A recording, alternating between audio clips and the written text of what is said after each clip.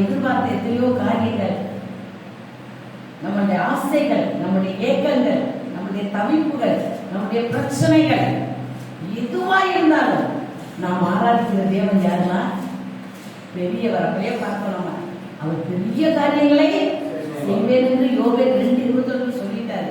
அப்படி என்ன பெரிய காரியங்களை செய்வார் என்று நம்ம கேட்டதுக்கு ஆண்டவர் சொல்கிறாரு, நான் உன்னை விசாரிப்பேன்.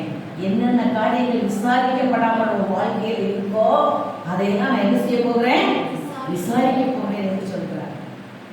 உபாகமம் 11வது அதிகாரம் எடுத்துக்கொண்டு 11. நம்மை விசாரிக்கும் தேவனவர், நமது நிழலாயிருக்கின்றவர். நம்மை விசாரிக்கும் தேவனவர், நமது நிழலாயிருக்கின்றவர்.